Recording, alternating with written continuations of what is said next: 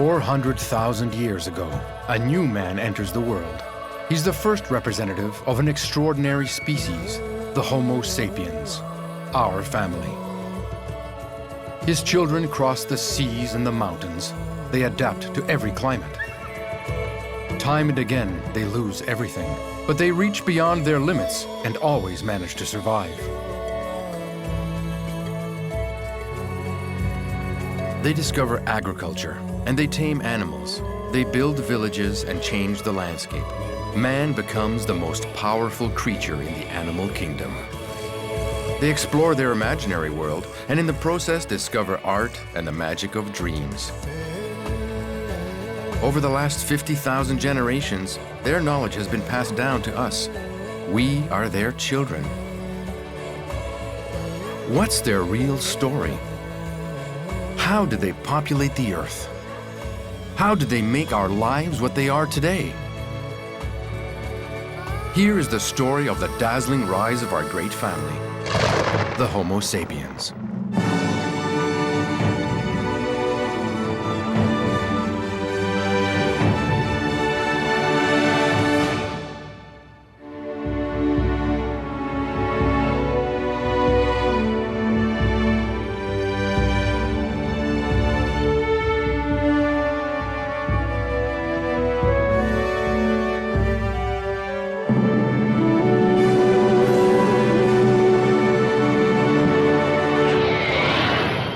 How does this story begin?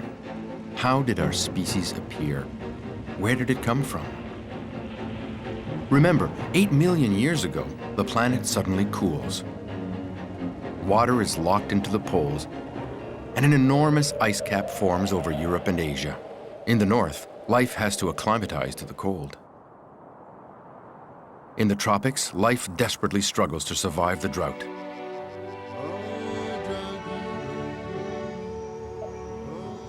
In Africa, the great apes see their forest disappear. Two of them, Aurorin and Tumai, adapt to the savanna and invent a new way to get around. They stand up. 4 million years ago, they disappear, giving birth to a new, better adapted species, the Australopithecus. Lucy and her fellow creatures continue to walk upright. They survive by eating hardy plants. But eventually, they die out too. They're no match for their predators. Next, Homo habilis arrives on the scene. This skillful man is the first true representative of the human species. He invents tools and starts to explore and travel the world. His evolution changes him into Homo erectus, the standing man, discoverer of fire. He's not yet king of the animal world, but he's just made a giant leap. Erectus sets out to conquer the world. He leaves Africa and enters Asia and Europe.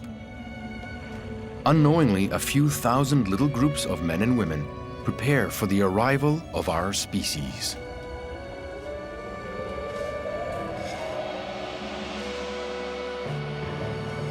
Imagine, 400,000 years ago, we are in the heart of the African continent. Homo erectus sometimes walks up to 50 kilometers a day in order to survive. He chases small animals and picks berries and roots for himself and his people.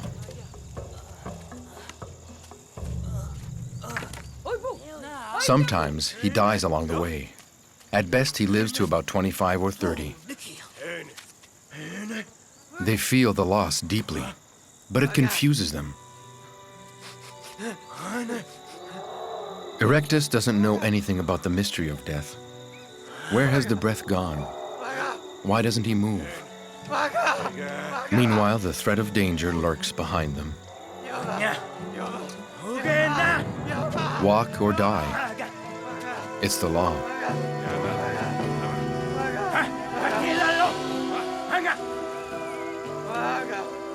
The body is left to the animals. They'll remember the person for a while, and then the memory will fade. When Erectus settles down for the night, first he makes a shelter to protect himself. Then he builds a fire to keep predators away. He's able to make all sorts of tools, But this is of little use to the woman carrying a child.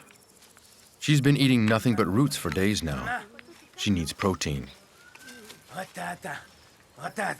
She doesn't want any more roots.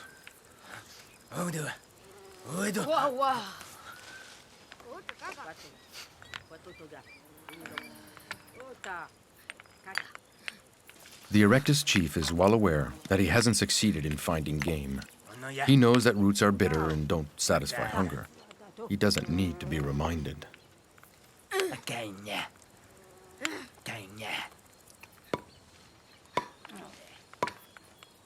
Erectus is curious and always eager to discover new things.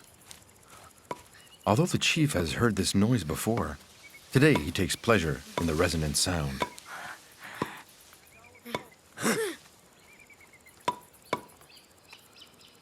But suddenly, it doesn't resonate.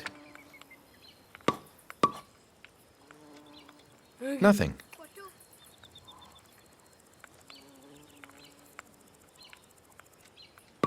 There. It's much better with his ear pressed to it. Homo erectus is a hunter. At dawn, the chief and his brother follow fresh tracks from she who walks on two legs. They know she's a fast runner, so they hatch a plan. One attracts her attention, while the other lays in wait, ready to attack.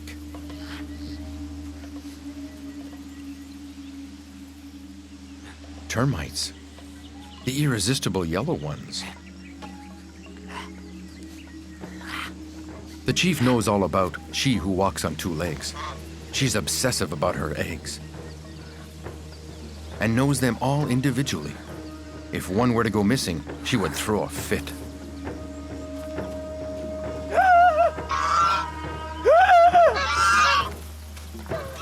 The chase is on. Everything's going according to plan.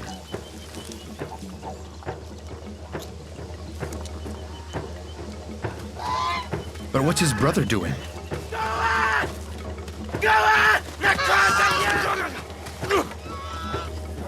If she catches him, she'll kill him. Her legs cut like flint.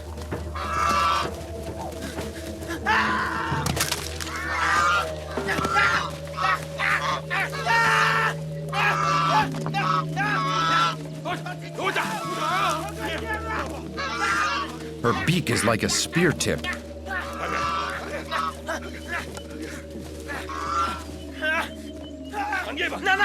The brother always manages to mess everything up.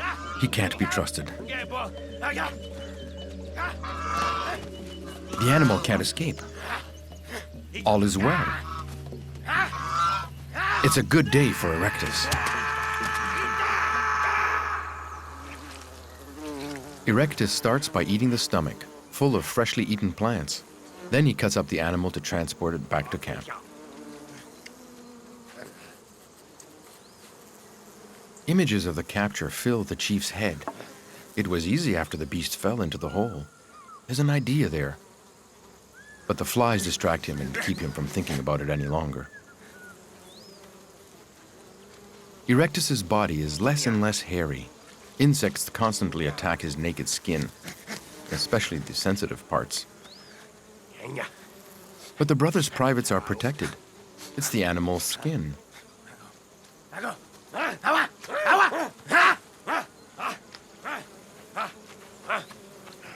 With the protective skin, the flies don't bite.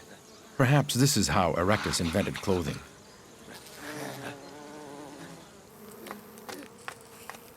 Hierarchy determines the sharing of meat.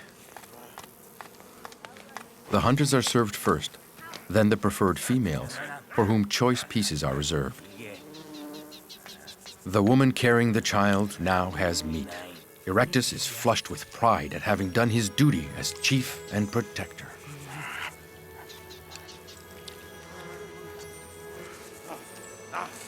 When in power, you learn to watch your back, because there's always someone ready to take your place. The skin. He forgot his skin. It's his skin, it's his place, and he's the chief. There are some things that aren't shared. like the woman carrying the child, like suffering or hope. The chief's head is brimming with images. He can't stop thinking of a hole, so he decides to dig one where the animals drink, in the hopes that they fall in, like the creature on two legs.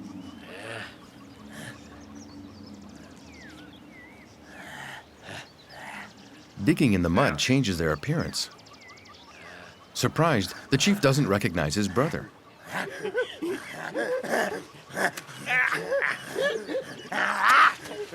They may well have just invented laughter.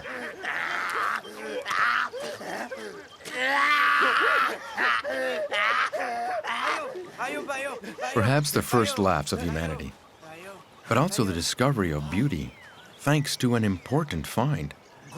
A stone, different from the others. He finds it pretty, so the stone becomes something else, a treasure that's a joy to behold. And what's it like on him? Isn't he handsome? Handsome and different. It's his stone now. It's his sign, the sign of the chief.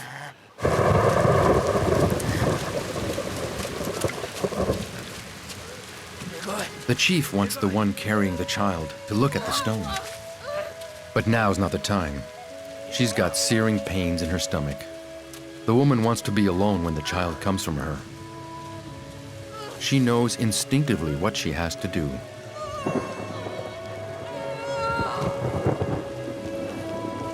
The chief is full of hope. The trap, the skin that protects, the stone. But the child, will it come? One time out of two, it's born without breath, like those who fall on the trail. Sometimes the pain kills the woman as well. Will a new life begin?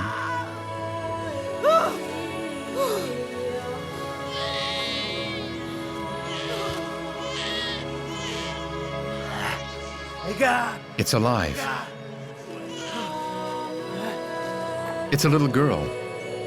She has a funny head with a straight forehead and no hair on her skin. She looks so fragile and vulnerable.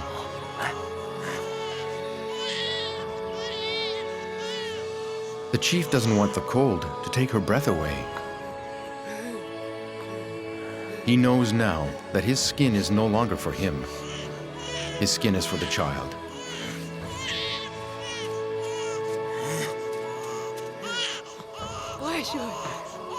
Without knowing it, they've just given birth to a new species of man, a species that will soon replace them.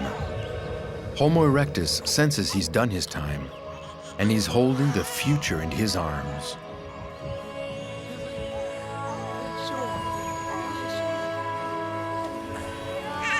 Homo erectus will disappear.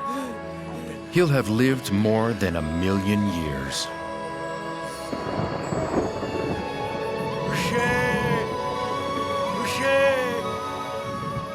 Homo Sapiens arrives. He will change the life of man and conquer the world. The evolution of Erectus into Sapiens happened over hundreds of generations. Little by little, his body became more slender, his forehead smooth, his brain became bigger, more complex. Sapiens leaves Africa and explores the Middle East. He starts to wear clothing, develops a sense of aesthetics, and makes tools. His thoughts and imagination will turn him into a new man. We are at minus 100,000 years.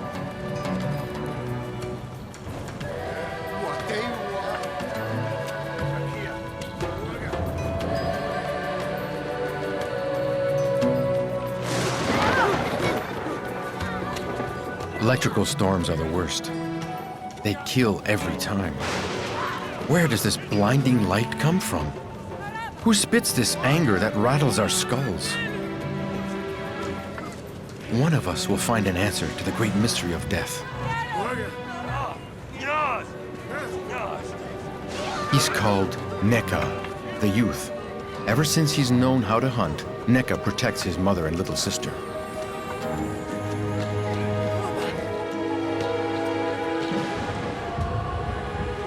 The clan had walked since daybreak. The wind came up suddenly, and the sky began to spit fire. The chief looked for refuge, but found nothing. We huddled together, waiting for nature's fury to pass.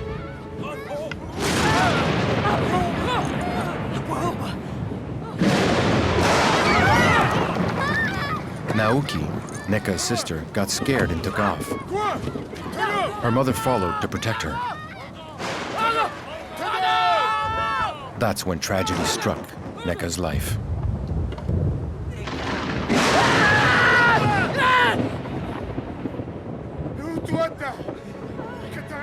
A horned beast appeared from the lightning strike. Neka saw it. The animal left, leaving the bodies of his sister and mother on the ground.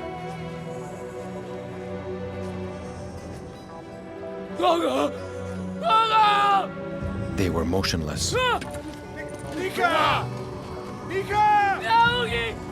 Neka had been unable to protect them. He felt responsible. They had to move and get up.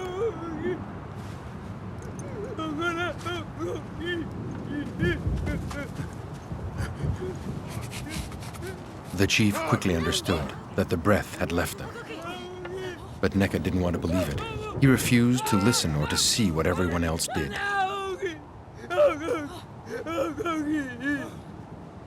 They were dead.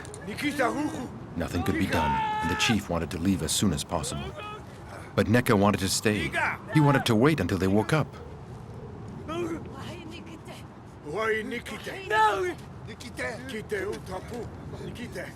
The chief didn't understand, but he couldn't abandon Neka. So we stopped there.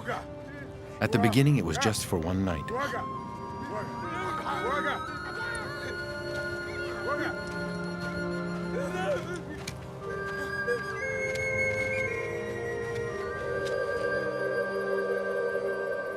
Sapiens is nomadic. Now he makes shelters with skins. His language is more sophisticated. He's got words to talk about abstract concepts like time behind and time ahead. His brain has more memory and is capable of more associations. His imagination is more active and likely his dreams are more impressive. In his sleep, Sapiens believes he travels into another world, a parallel world situated just behind his eyes.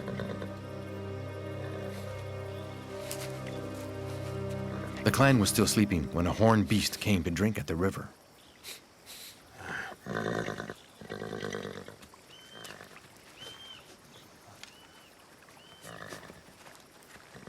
The body of an animal this size meant meat for everyone in the clan.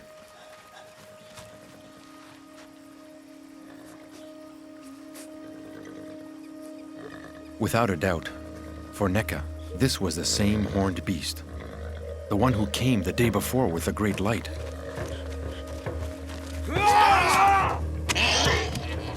That time the chief wasn't clumsy.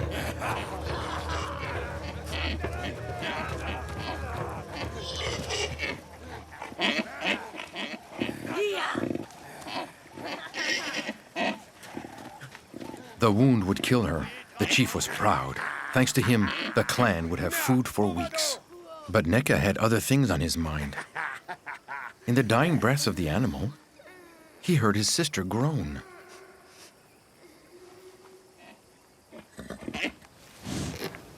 At the same moment the beast died, the inexplicable happened.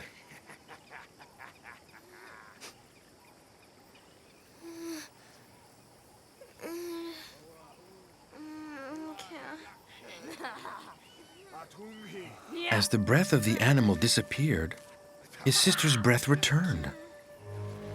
How was it possible? Naoki breathed. Naoki! She was coming back to life. Naoki! Naoki! Naoki! No! No! Naoki! That's how Naoki came back to us. We were joyful, Naoki! but Neka was preoccupied. He wanted to understand what had happened. Naoki! Naoki! Naoki! Naoki!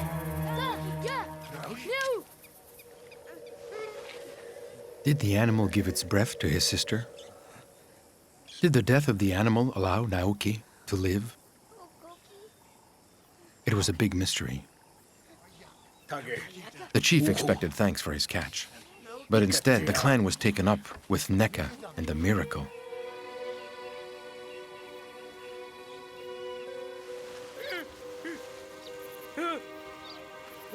Neka found new hope. Maybe the animal's skin held a bit of breath to revive his mother.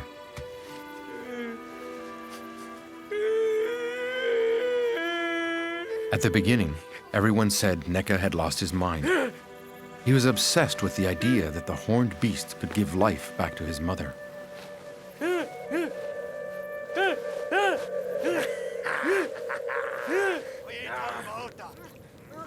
We hoped that Neka's mother would come back too, but we didn't understand his behavior. He didn't eat. He stayed by the body, waiting for a sign.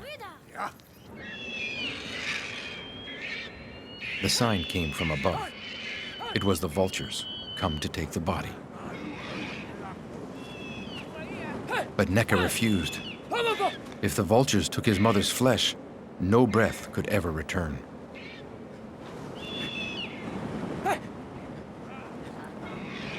It's perhaps on that day that Homo Sapiens invented the first burial place. It protected it, but more important, it kept the decomposing body out of sight. Even without vultures, the body disappeared little by little.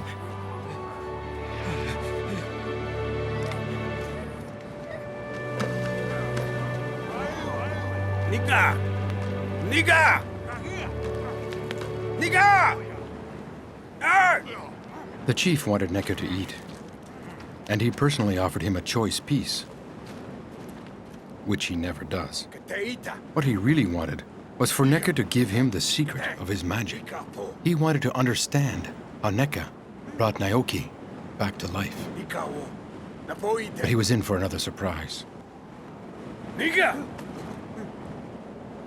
Nika!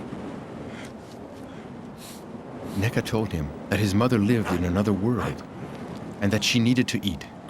He was delirious. But the youth gave his meat to his mother.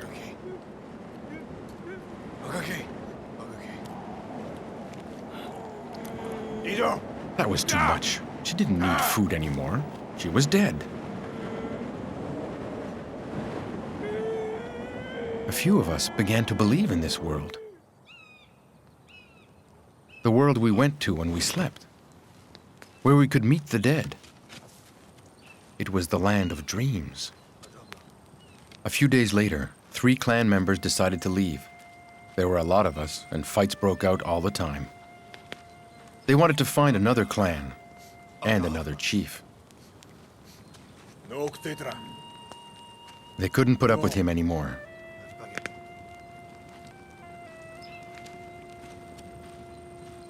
Before leaving, they wanted to hear about the images Neka saw behind his eyes one more time.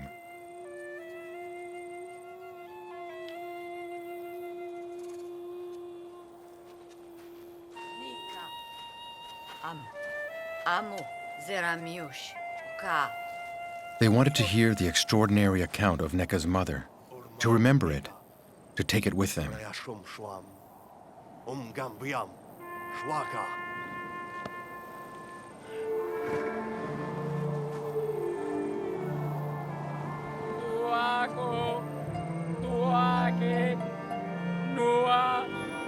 Neka could see the other world, the one where the dead went when their breath left them. He saw his mother, with the horned beast. His mother looked at him as if to say, all is well. She was no longer hungry or cold.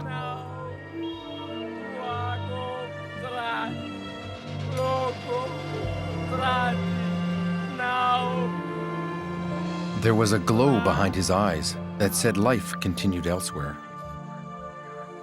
A life after death. And that changes everything.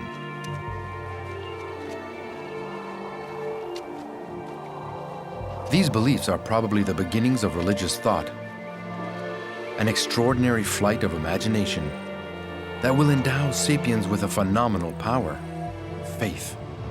The idea of eternity will spread to all people and appease the anguish of death. Now man can imagine a life beyond the limits of his own existence. The time of shamanistic beliefs has arrived. The spirit world has a place alongside the world of the living. We are between minus 100,000 and minus 50,000 years. Sapiens explores almost all the territories on the planet.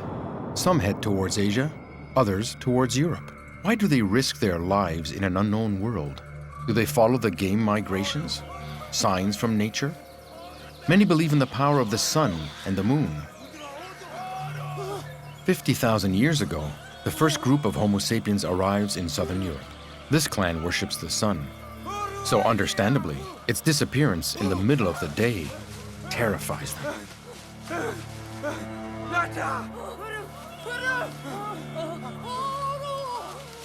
A woman enters a trance to fight against the devourers of light.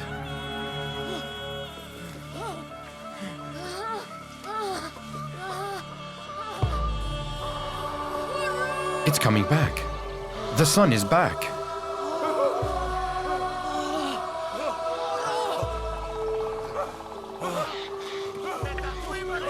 The woman who guides them is a shaman. Her name is Nata. She's the eldest of 3 sisters.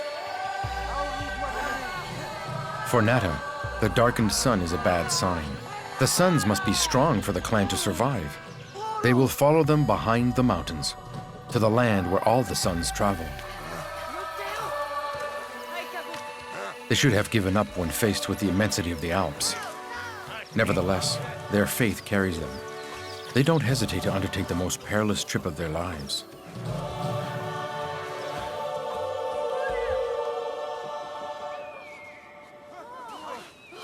Sapiens encounters white earth for the first time. Their feet burn.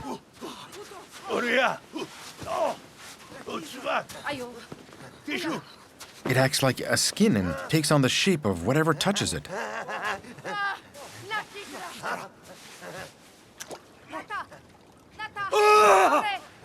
To protect themselves from the cold, Sapiens invents the shoe.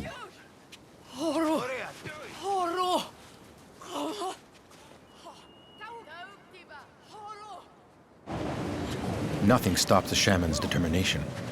They have to continue their ascent. Their skin starts to tingle, their extremities begin to freeze.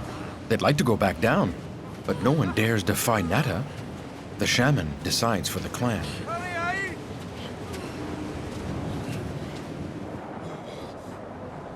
Matriarchy is widespread among sapiens. Women have the authority. They're responsible for the future of the clan. The men follow.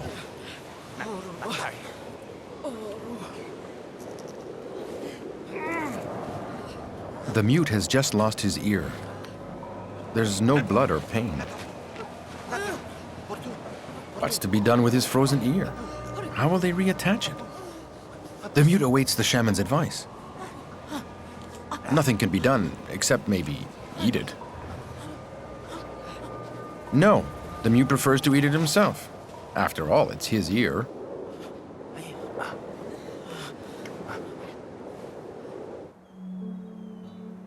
A new sun rose this morning, but its first rays bring neither warmth nor nourishment. Over thousands of years in heading towards the cold lands, sapiens' skin lightened to better absorb the sun's ultraviolet rays and to promote the synthesis of essential vitamins. They have adapted to a weaker exposure to the sun, but not to higher altitudes.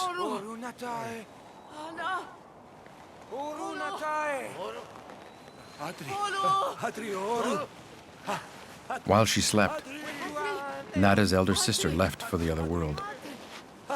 Her cold body became hard like wood.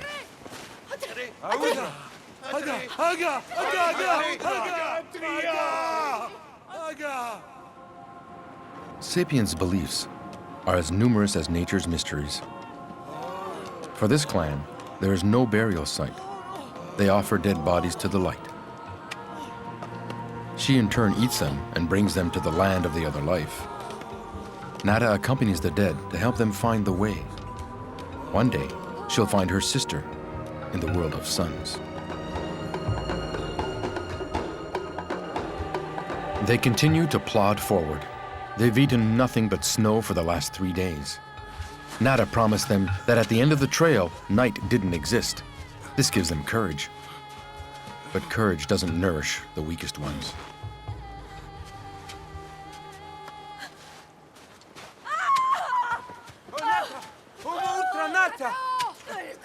Not every sapiens is entitled to a ceremony. Some are abandoned without funeral rites.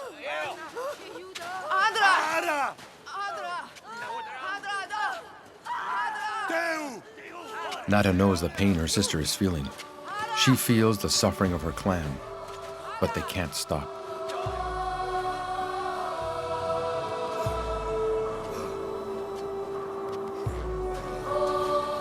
How did they survive? Was it their animal skin clothes, or the animal fat they rubbed into their skin? The conquest of virgin lands commands a high price. Sapiens leaves many of its own along the way, but every territory they explore will benefit future generations.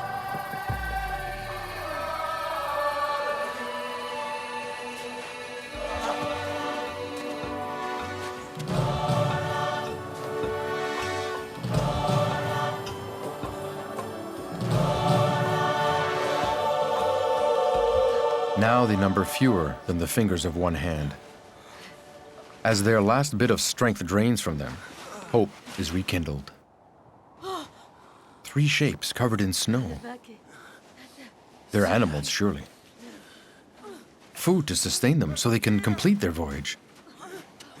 They're saved.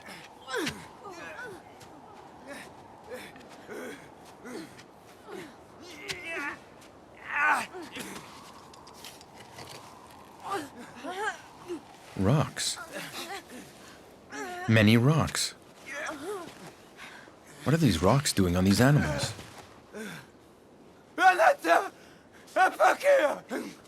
A bird wing, but it doesn't have any flesh.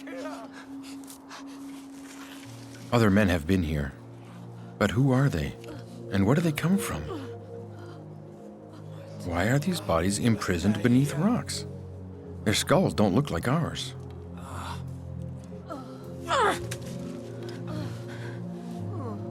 Nada is lost. The land of suns is not here. There's nothing to eat. They're condemned. In this hell, no one can survive. No one except maybe an exceptional being.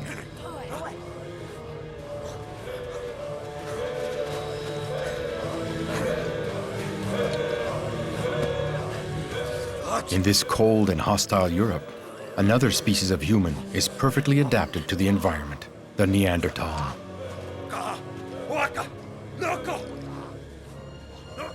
Nada and her companions opened the tombs of their ancestors.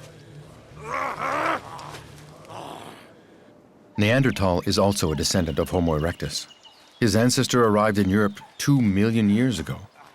Of all the human species, Neanderthal is the most robust, the hardiest. The Neanderthal chief decided to bring the strangers to camp.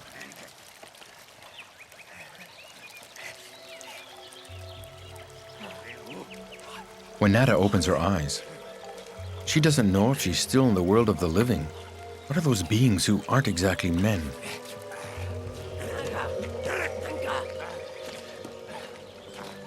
Neanderthal made numerous discoveries without ever having made contact with sapiens.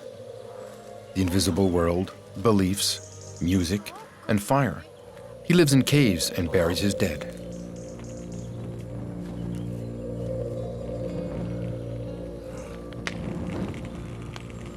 The Moon clan rescued Nada and her companions. Their chief wants to know who dared dig up his ancestors. Nada's face intrigues the chief. Who are these beings with flat foreheads? They must be revived. The Moon clan chief wants to know everything about them.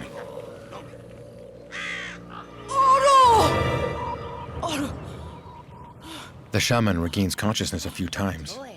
Everything is strange and different from what she knows.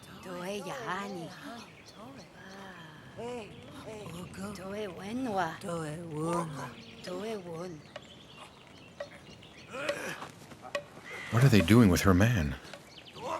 They can't do that. He must stay with her. She needs him.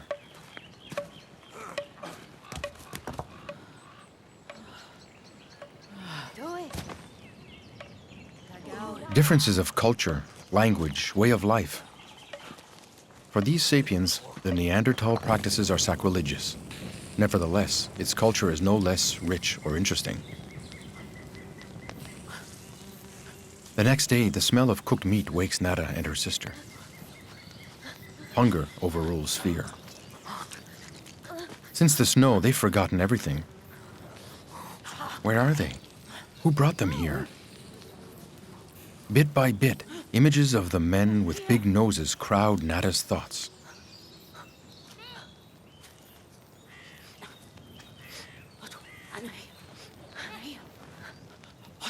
Who are these people? Memories from her journey surface. It wasn't a dream. And Samke, where is he?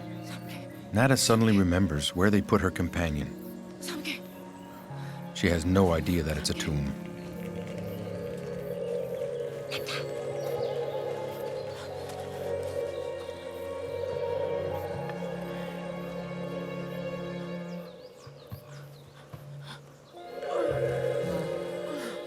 They hid him, like game stored for later, like the skeletons in the snow.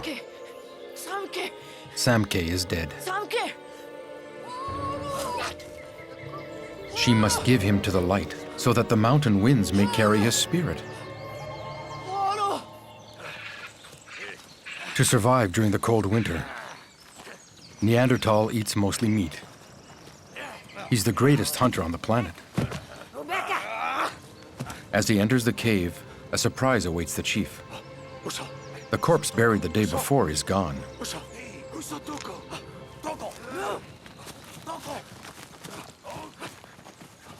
It escaped. Where are you? Show yourself. Maybe he went into the ground.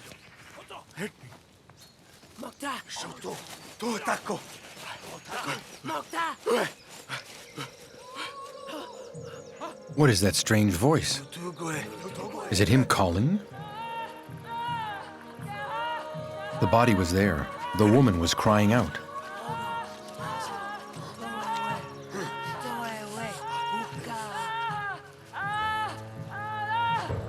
The Neanderthal chief doesn't understand Nada's trance. The movements of her body intrigue him.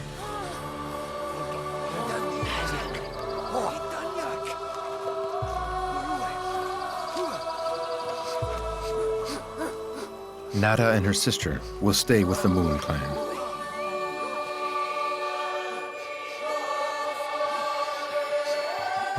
Without knowing it, these sapiens will have discovered a new continent, Europe. This crossing of the Alps opened a route, and others will follow in the footsteps of these pioneers.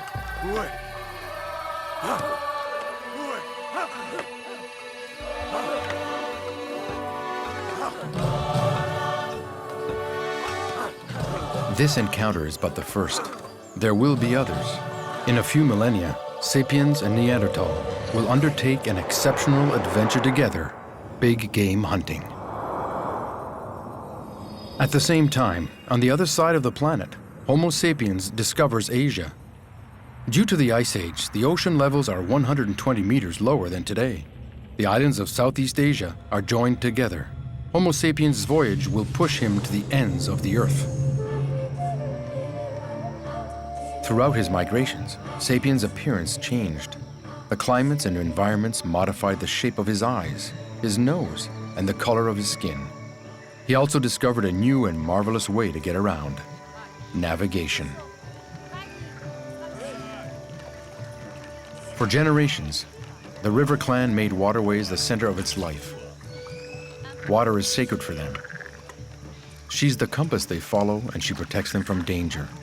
They've been traveling down this body of water for months. They crossed the Indonesian peninsula without seeing even one other clan. Nevertheless, another human inhabits this land. He's been observing their movements for a long time.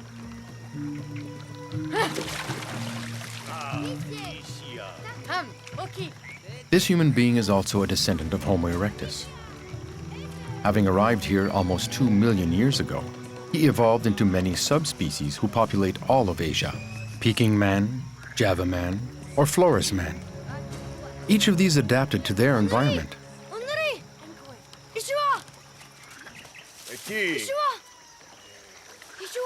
Only the youth saw the curious man, and no one believes him.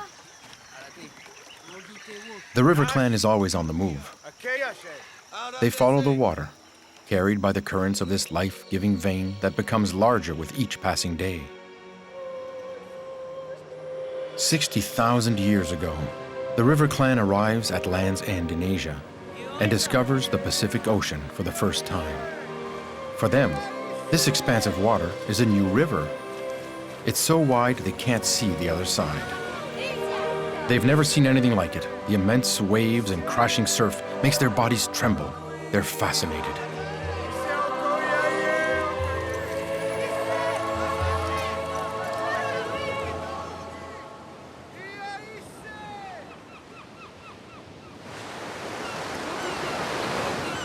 The chief is determined to find land on the other side of the water.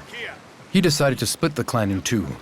He leaves with his shaman and his family, and will return for the rest of the clan.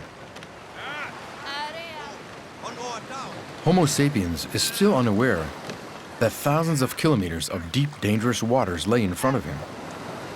Carried by their faith, this little group of men and women throw themselves into conquering an ocean whose monstrous powers they can't imagine. Those remaining set up camp.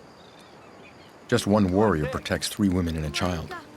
Snake Eyes, the best fisher of the clan. Since they settled in, the curious man has come by many times. It's always the same one, and he always does the same thing.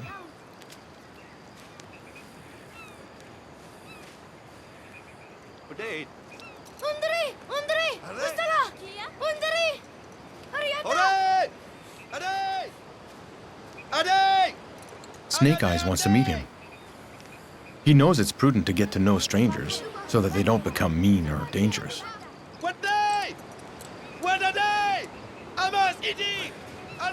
The man always runs away.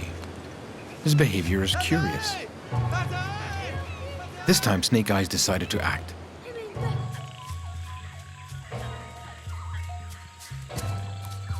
He knows that no man has ever outrun him.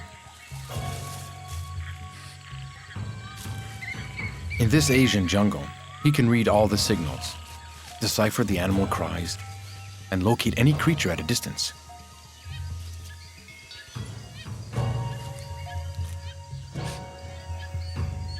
He's right there. What does he want?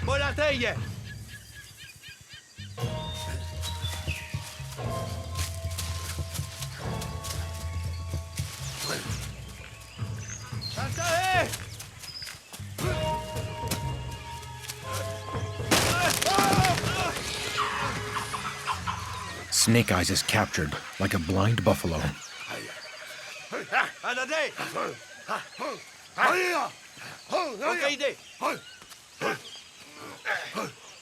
Snake Eyes has fallen into the clutches of a forest spirit. These Homo erectus are truly formidable hunters. In such a hostile environment, their rules for survival assume that every living thing is edible, even humans under certain circumstances.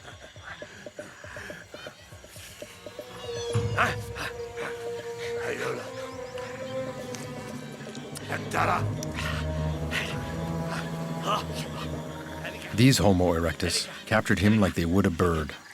For the moment, they admire his plumage and colors and invite him to share their meal. But what blood is this?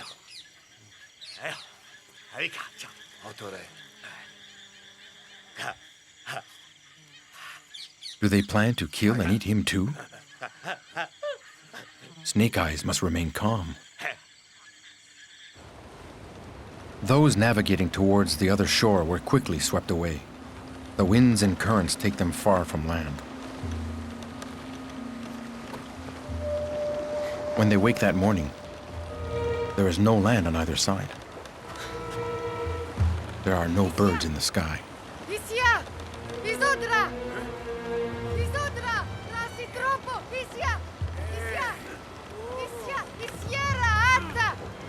The chief doesn't understand. The world disappeared. The giant river covered everything. They drift slowly towards Antarctica.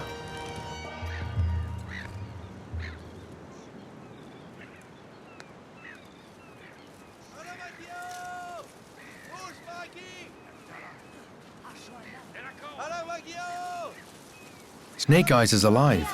They're saved.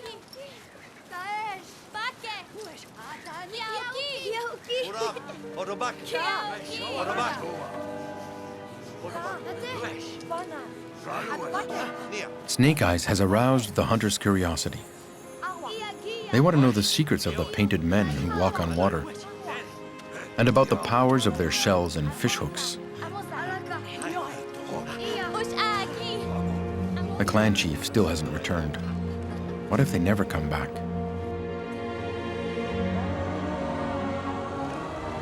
Weakened by the lack of water, the shaman has just died, his beliefs shattered.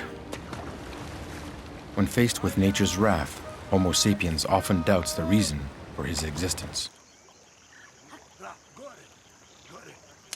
Those who walk on water begin exchanging their knowledge with the forest people. The art of jewelry making, fishing techniques, manufacture of tools and clothing.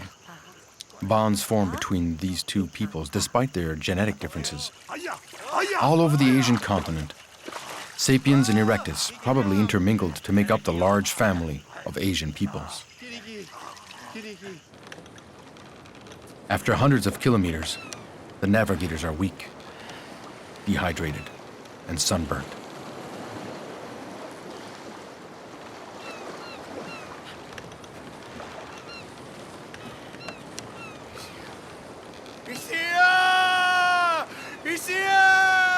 Land. The other side of the big river.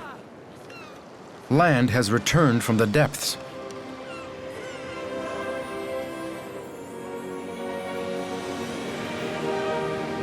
They navigated for days and days. Thanks to the currents, their ignorance, and bravery, they finally arrive in a land yet unexplored by man.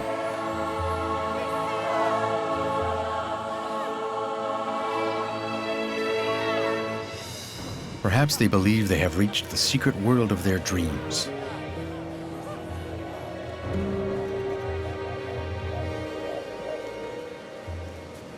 "60,000 years ago, Homo sapiens discovered an immense land mass separated from the rest of the world for millions of years.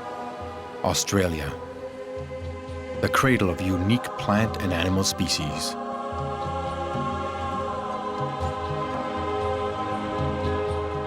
The chief and his people will navigate the ocean many times without finding their way back. They'll form the basis of another large human family, a people of extraordinary navigation skill, the family of the Pacific.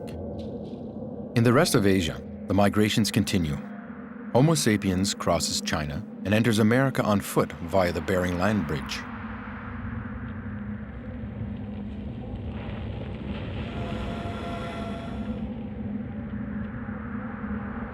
Meanwhile, Sapiens enters Europe in succeeding waves. He adapts to the cold and the frigid life of the tundra. We are at minus 40,000 years. Whipped by glacial winds, the European winter is terrible. Man's only food is meat. But the herds are scarce. Sometimes they disappear altogether and famine takes hold. Sapiens is always on the move, looking for game. He lives in teepees made of animal skins and branches. Perched on high hills, they're constantly on the lookout.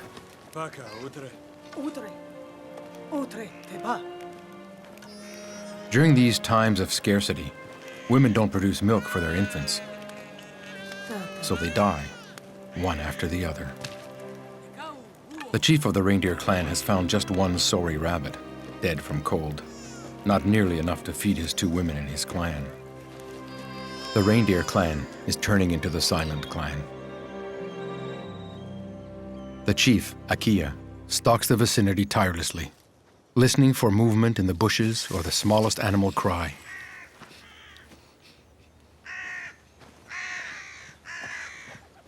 Even the tough and smelly flesh of the blackbird is better than nothing.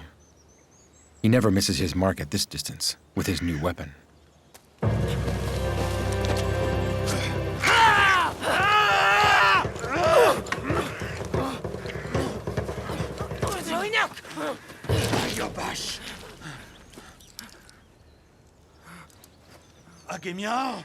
He asks her who she is and what she's doing there.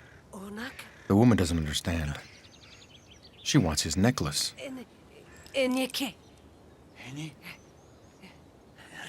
She's got an odd face, with bumps over her eyes, as if she'd banged herself.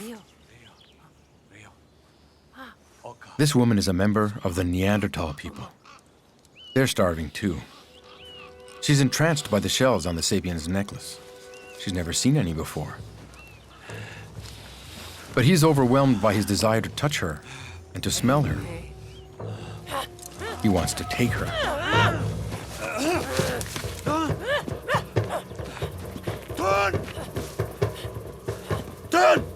His advances have never been shunned before. He's Akia, chief of the reindeer clan.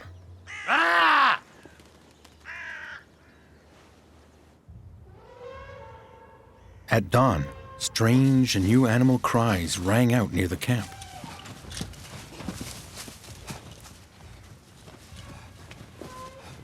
Massive animals covered with long hair and enormous teeth sauntered down from the north. These are the long noses the shaman knows. There were many before, huge herds. They disappeared. All that meat within easy reach. But how will they go about killing them? The crazy old fool is ready to face them, but that doesn't reassure the chief.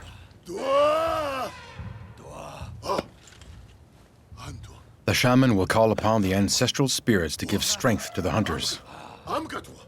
Akia will succeed, the shaman knows. The mammoths have been on Earth for millions of years. For these pachyderms, as for the men, the Ice Age is a curse. These huge beasts travel enormous distances every day to find the 200 kilos of food they need.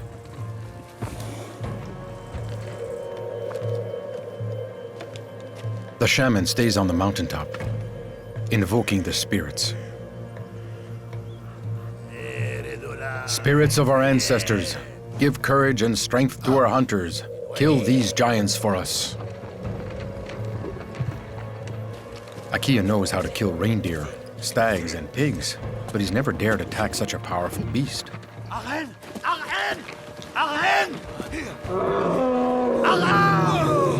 They're nothing in the face of these monsters.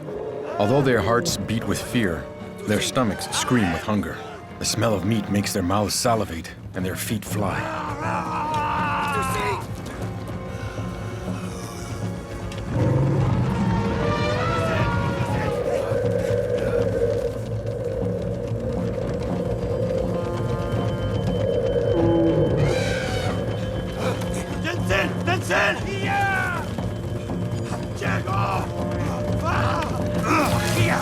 But they're too fast.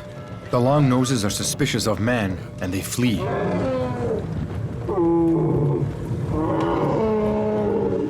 But the way is blocked. It's a dead end. They'll have to retrace their steps and confront their attackers. Their desperate fear makes them even more dangerous.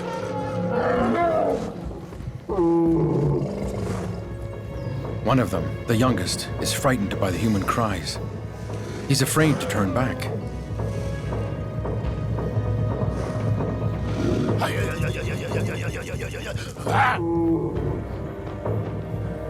It's man against beast.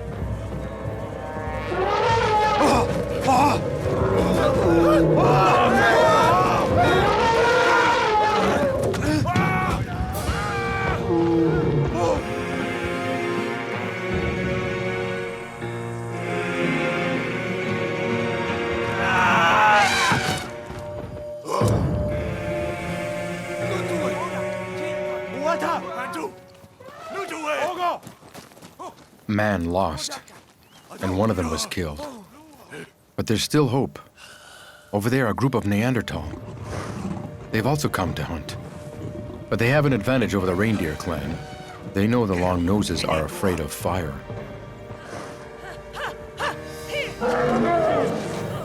The Neanderthal woman frightens the mammoth and forces it to retrace its steps. They've still got one last chance.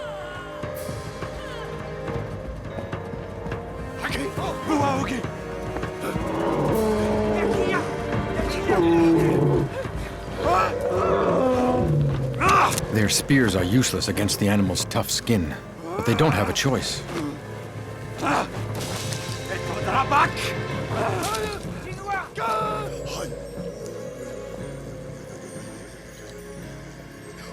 The young mammoth charges for the opening, but Neanderthal is there.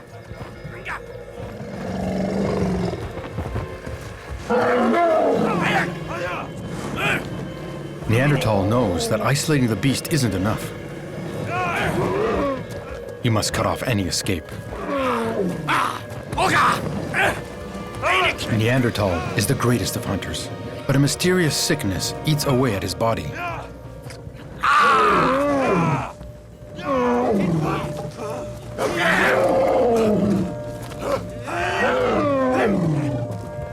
The long nose is cornered. Sapiens and Neanderthal are united around the same prey for the first time. These men and women close in on the giant, pushed together by the same instinct to survive.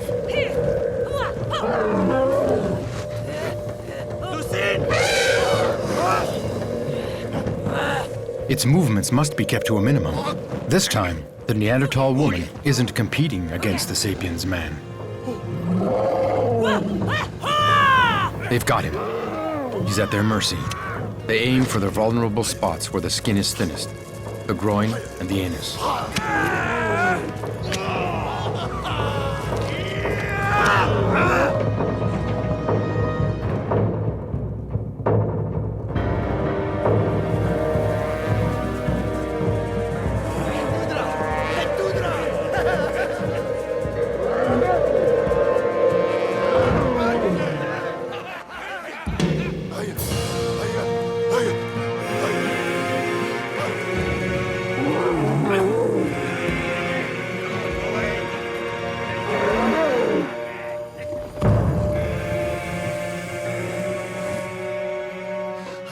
The shaman will thank the ancestors long into the night. Thanks to them, the reindeer clan just invented a new way to hunt, organized big game hunting. And this new method will have considerable consequences on the life of man. The mammoth's meat gives the clan an enormous supply of food. They can go months before their next hunt. For the first time, man has time ahead of him. Free time to think, experiment, and make seemingly useless things.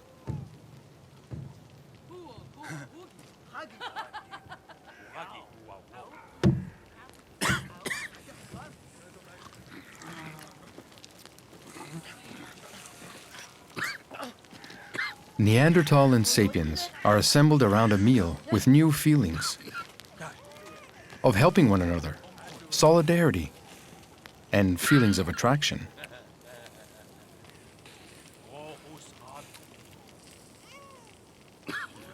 The Neanderthal woman wants the chief of the reindeer clan for herself, but Akia already has 2 companions, and nothing will happen without their approval.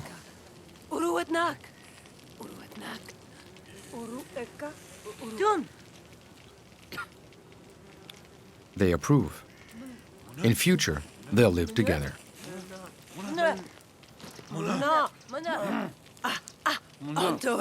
The 2 clans have a lot to learn from one another. Gradually, they'll learn each other's language, word by word.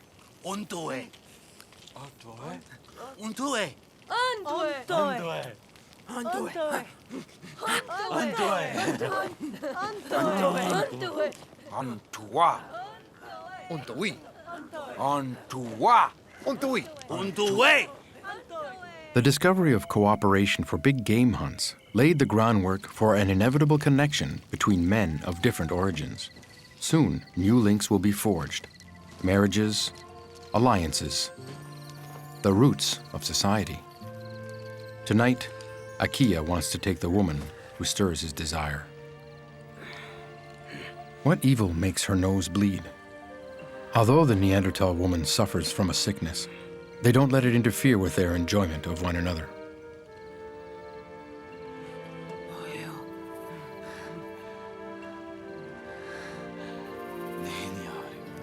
The shaman isn't pleased with this alliance. He's suspicious of the Neanderthal woman. This woman and man both belong to mankind, but they're not the same species. Their union will not produce offspring. They're genetically different.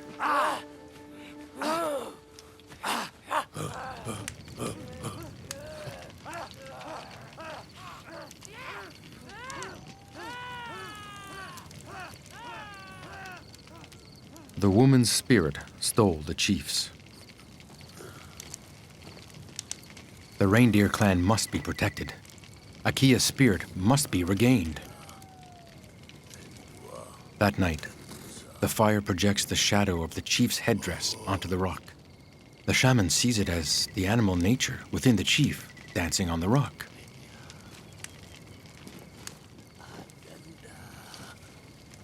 He wants the memory of this magical moment to last, so he follows the contours with wood charcoal.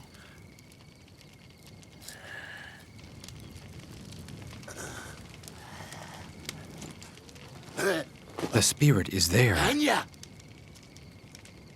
The spirit of Akia stays on the rock. He took it back from the woman. 40,000 years ago, the first symbolic representation was drawn on rock, the birth of art. Soon, this invention will have a universal impact.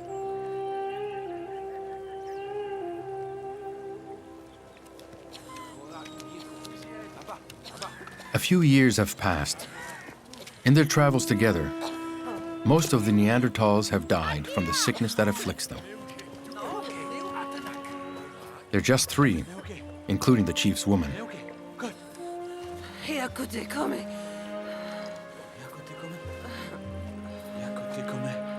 She can't take it any longer.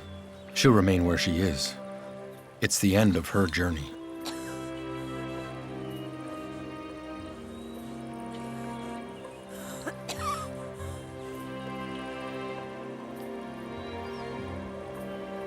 No child came from her belly.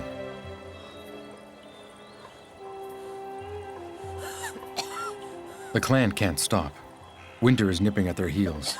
They must walk south.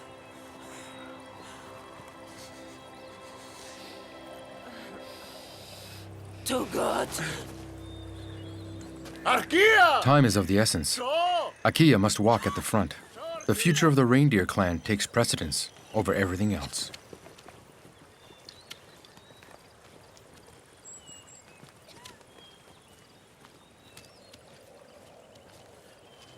Exhausted from the fever, the woman wants to rest and cool down in the icy water.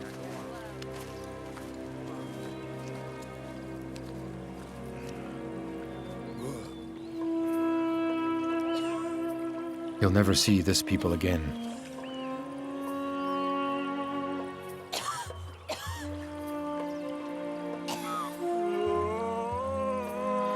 Neanderthal is dying. Little by little, this species will disappear from the earth. Cut down by disease, a declining birth rate, it still remains a mystery.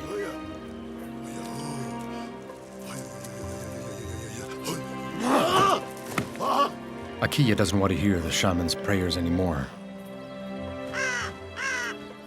Perhaps he questions the fragility of our species. Neanderthal disappears. Big game hunts spread. The rhythm of life changes all over the planet.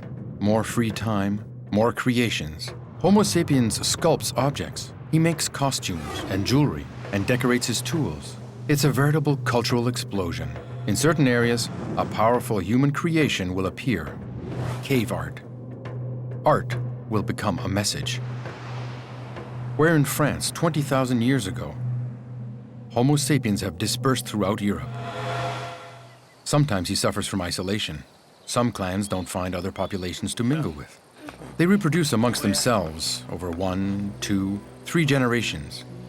Inevitably, inbreeding strikes their children, leaving them incapable of reproducing. This puts the survival of the clan in jeopardy. For years, Atka the sorcerer has tried to cure his people of this curse.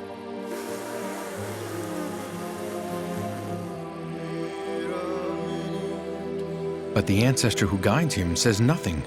There's no response.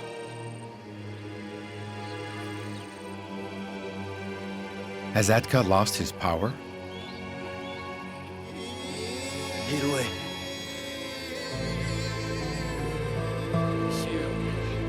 What good is a sorcerer who can't look after his clan? Atka feels alone, isolated from the group, with his son to look after.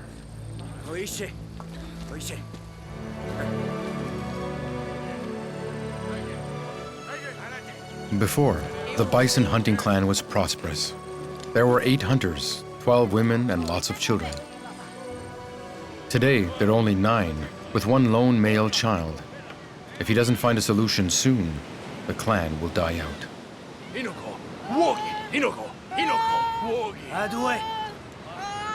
The chief has just found a winter shelter. Atka's son is agitated. It's as if this place spoke to him, as if he heard voices.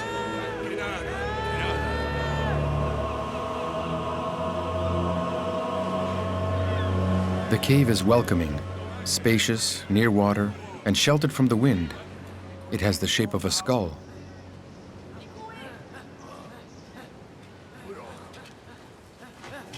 Fires have been lit here.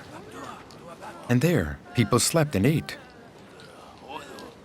Others lived here before them. But where are they now? The child was the first to find the passage. It was his illness. He was always looking to hide himself and avoid people.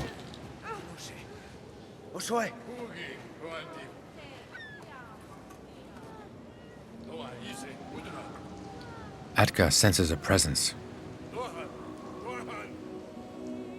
Who's hiding deep in the belly of the cave? Bears? Lions? Or humans?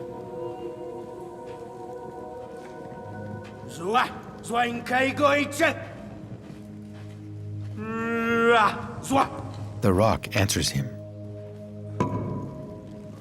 Caves are the best places for shamanistic rituals. This one looks promising. But he senses something. There, right beside him. Signs made by a man's hand.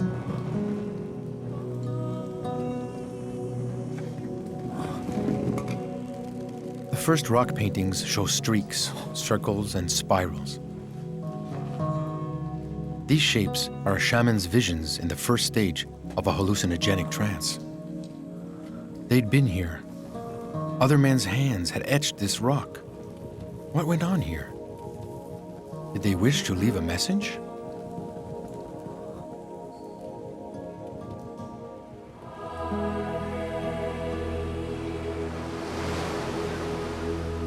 Atka knows how to take the hidden powers from roots, insects, and mollusks. He turns them into colors for his paint and healing potions. He'll use them to help find the wayward spirit of his son. He wants to bring him back into the real world.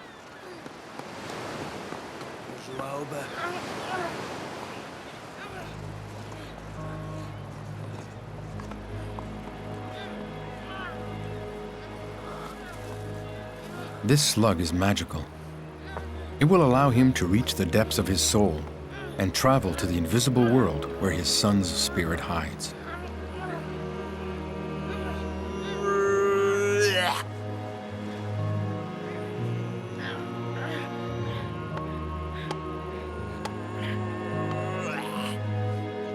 His sorcerer ancestor taught him everything. Returning to nature long ago, he became a bison. Since then, the animal's spirit has guided him. Atka calls upon it now and asks for help healing his son.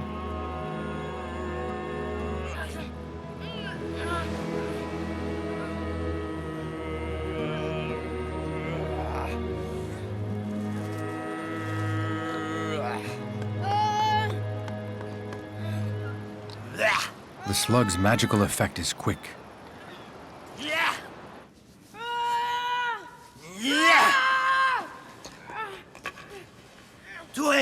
The sick spirit of the child resists, It flees to evade capture.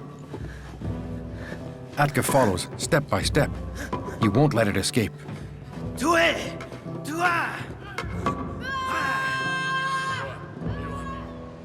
Outside the trance, the clan settles down to eat. Their wish is about to come true.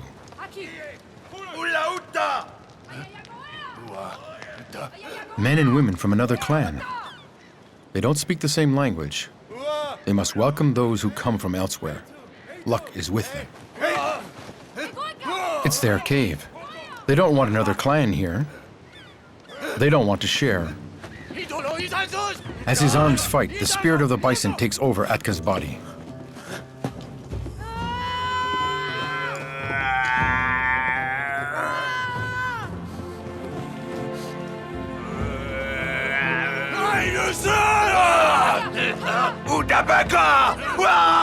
This woman wears sorcerer's signs.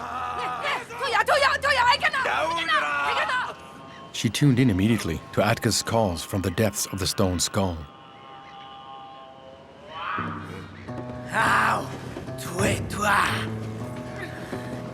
The sorcerer is no longer Atka. His body doesn't belong to him. His movements are those of the animal. The sorceress has understood. She enters his trance.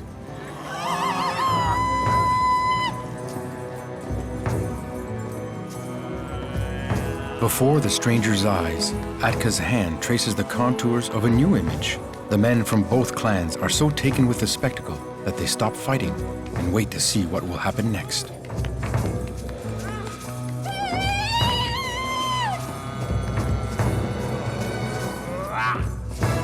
The image takes on a form they recognize. It reminds them of an emotion they've experienced. They look at one another and feel the same thing. And it goes straight to their hearts. Everything's in motion. A transformation is taking place. Is it from the glow of the flames or the sorcerer's dance? They all see the spirit of the animal. It advances, it walks. They can even hear it. They are experiencing the inner workings of the human soul.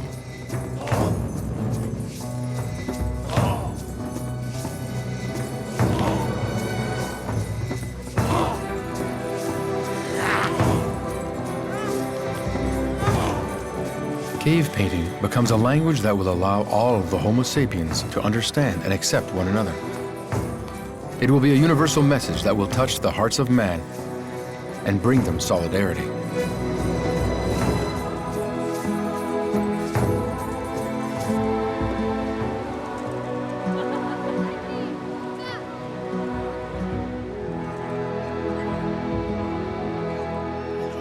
Together, they prepare for the arrival of winter. They help one another, exchange skills, and find a better way to protect themselves from the icy winds.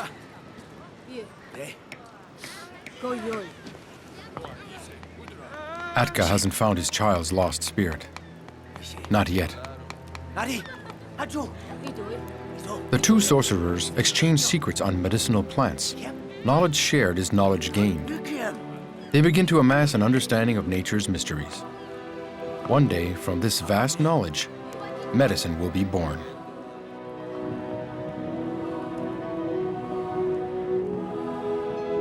Between minus 30,000 and minus 20,000 years ago, works of art appeared over most of the planet, thousands of kilometers from one another. It was as if all the Homo sapiens had given each other a signal.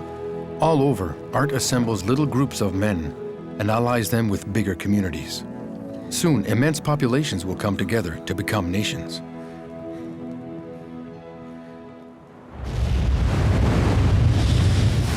But suddenly, 12,000 years ago, the temperature rises.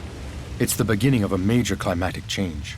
2/3 of the polar ice caps melt.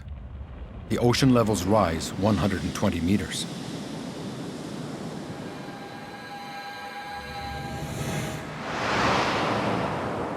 The continents gradually take on the shapes we recognize today. A grandiose era of the life of man is coming to a close, but a new one is beginning. Almost everywhere, the weather becomes mild, water abundant, and the earth generous. Sapiens discovers regions so rich in game and edible plants that he stops traveling He builds villages of stones, built to last. For many, it's the end of a nomadic life that dates back to the beginning of time. With settling down, everything will change. Tramiusz. Wanło. Jausz. We're in Mesopotamia, 12,000 years ago.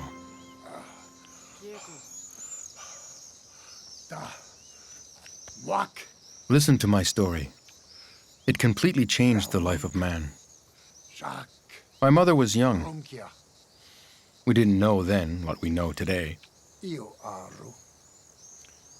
Washio dutue. Ronkia. Muzranenne. Joivakeban. Yonake. Everyone loved Nene, especially my mother. When he stopped to see her on his way back from hunting, he always brought birds' eggs. Life had become easier for men and women. They were beginning to take the time to enjoy each other's company. My mother was in love with Nene, and he was in love with her.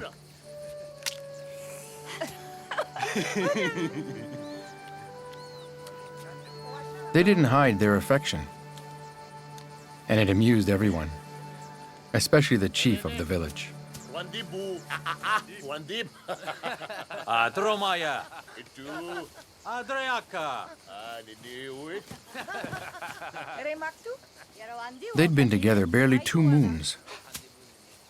They were happy and carefree.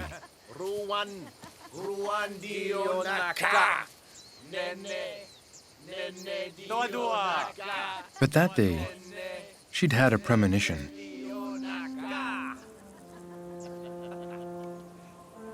Back then, we had to go far into the mountains to pick the wild wheat that grew there. As summer's days grew shorter, we harvested as much grain as possible to last through the winter.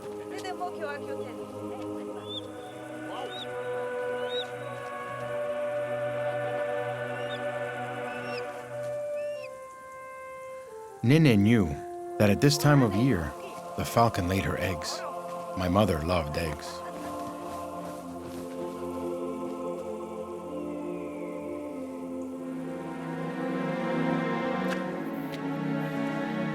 "10,000 years ago, man is in complete harmony with nature. She no longer made him suffer, and he enjoys her wonderful surprises.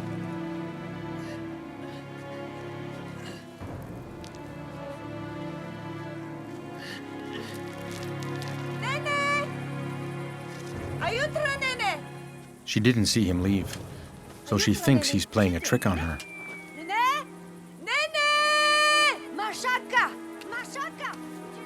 Then, she remembers her premonition.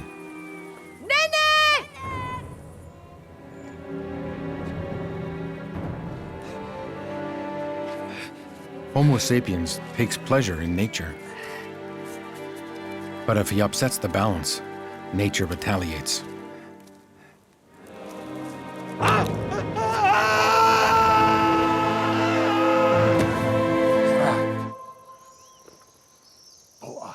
The mountain swallowed Nene's body. My mother looks for him, in vain.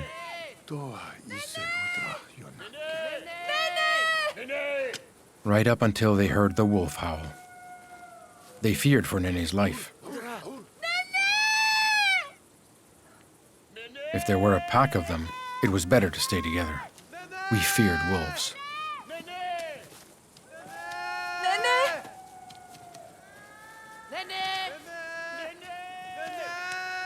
A howl. A moaning man. She senses that Nene is close by. It's not Nene, but the strangest thing she's ever seen. A little boy with a she-wolf, the most ferocious carnivore.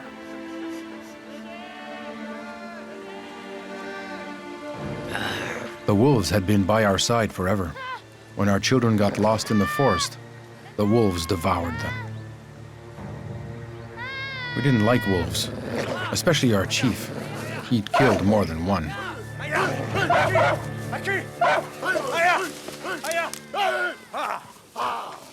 But he doesn't have time to take care of this one. He hears the moans of the child, too.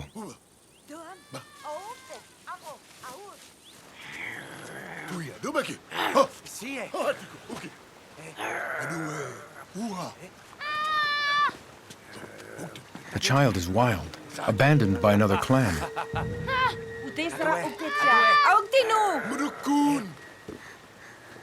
My mother tries to comfort him, but he resists. Enough! The chief loses his patience with the child.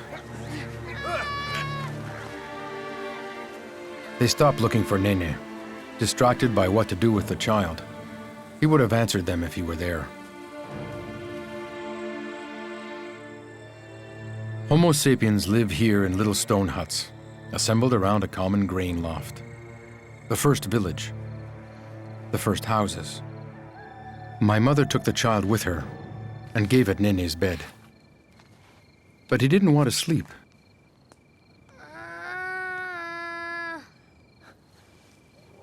He listened to the mountain.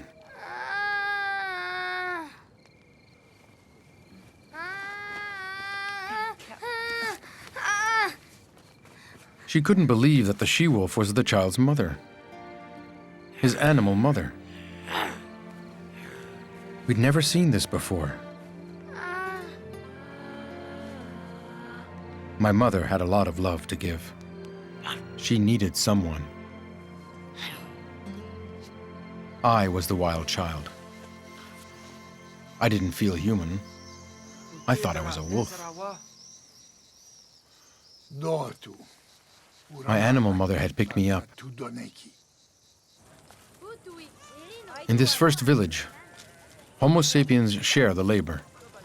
Each works for the community. Animal skins are now used for receptacles. Hot rocks from the fire make the cooking pots boil. Women think about men. There's not really a clan anymore, but many families.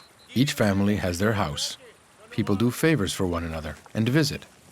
Polygamy is disappearing. The family revolves around the couple, a man and a woman, their children, and sometimes their parents. It's the birth of today's family. But for my mother, this dream was shattered. No trace of Nene. No one had seen or heard him. My mother needed to give and to love. She needed to share her life.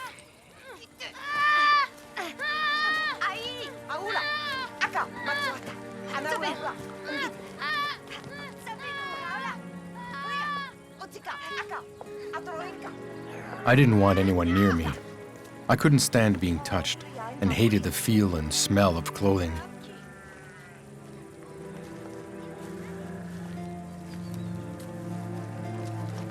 I rejected everyone's presence but hers, but I wouldn't eat the black meat she offered from the fire.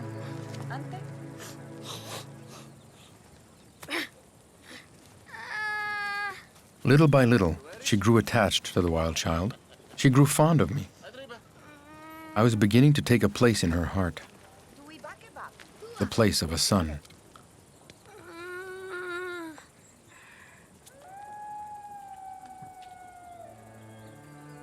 One day, the she-wolf returned to reclaim her son.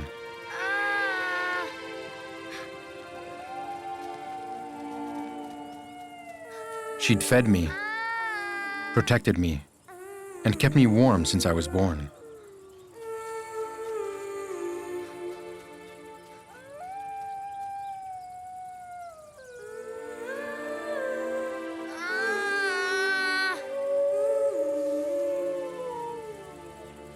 Men don't like wolves because they don't know them. My wolf mother would never have harmed me, but the men thought I was in danger with her, like all children in the presence of wolves.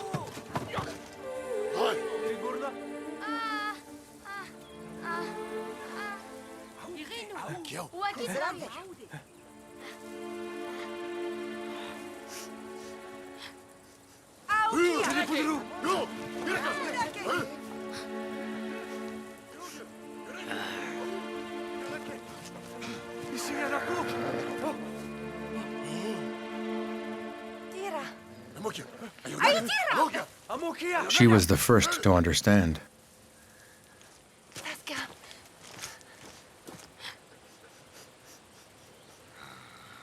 Maybe because she could sense the animal's love, because she was suffering from the absence of a loved one too.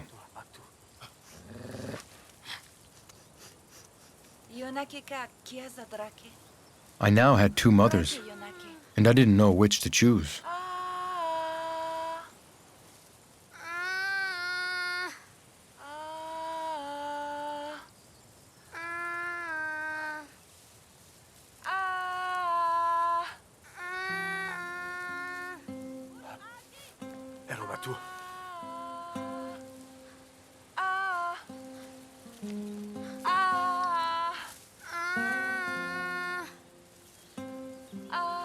She knew how to speak to the wolf, as to the child.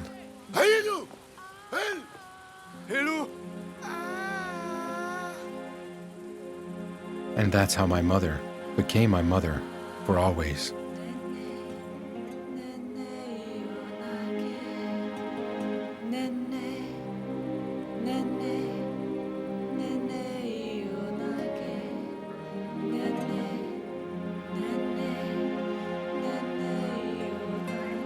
A year passed. I lived among the people. The she-wolf stayed near the village, and little by little, she got accustomed to the presence of men. An alliance between man and animal was born.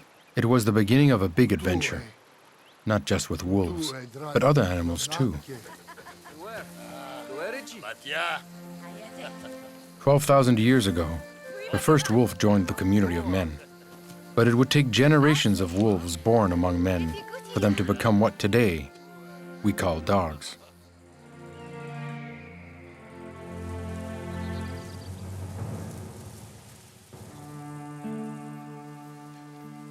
Thanks to my wolf mother, we made another major discovery.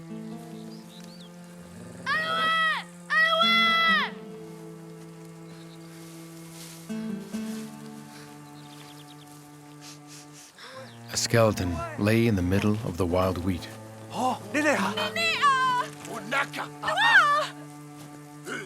It was Nene.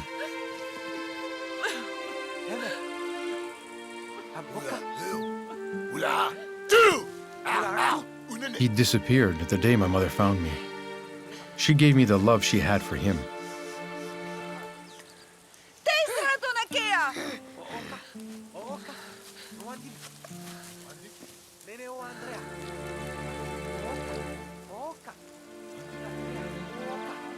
It was his necklace. My mother knew right away what she had to do.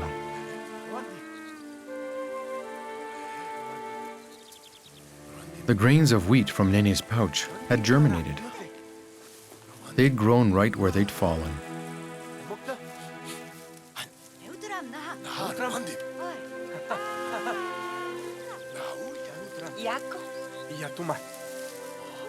The chief understood that each grain had reproduced into a multitude of others. It was so simple, yet no one had ever thought of it. My mother gave me Nene's necklace, and I've worn it my entire life, until today. This necklace comes to you, son of my son. Wear it, and leave it to those who come after you. Tell this story to all men, so that they never forget it.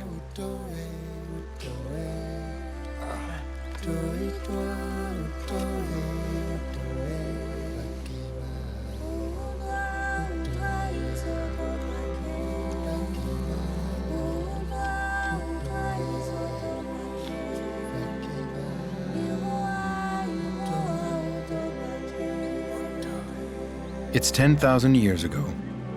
Thanks to these amazing discoveries, the life of man will never be the same. The discovery of agriculture becomes widespread throughout the world over a few centuries. Homo sapiens settles down permanently next to his crops. He lives his life by the rhythm of the seasons. and each year reaps the fruits of his labor. The domestication of the wolf is followed by that of numerous other animals. Homo sapiens discovers breeding, which provides a steady and abundant supply of food.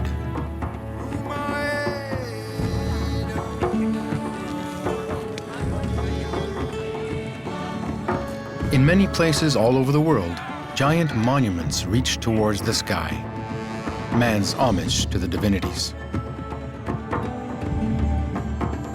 The population increases, villages are built, trade expands, and bigger groups form.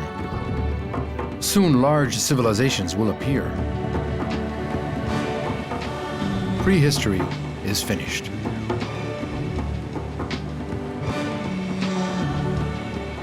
No matter the color of our skin or the shape of our eyes, the 6 billion human beings who populate the Earth today all descend from the same family. She lived in the dawn of time and would give birth to thousands of generations of men and women, right up to us. Their discoveries still enrich our lives. Such is the gift that our parents, as far back as they reach, gave to us. Thanks to them, our children will go on to populate other planets.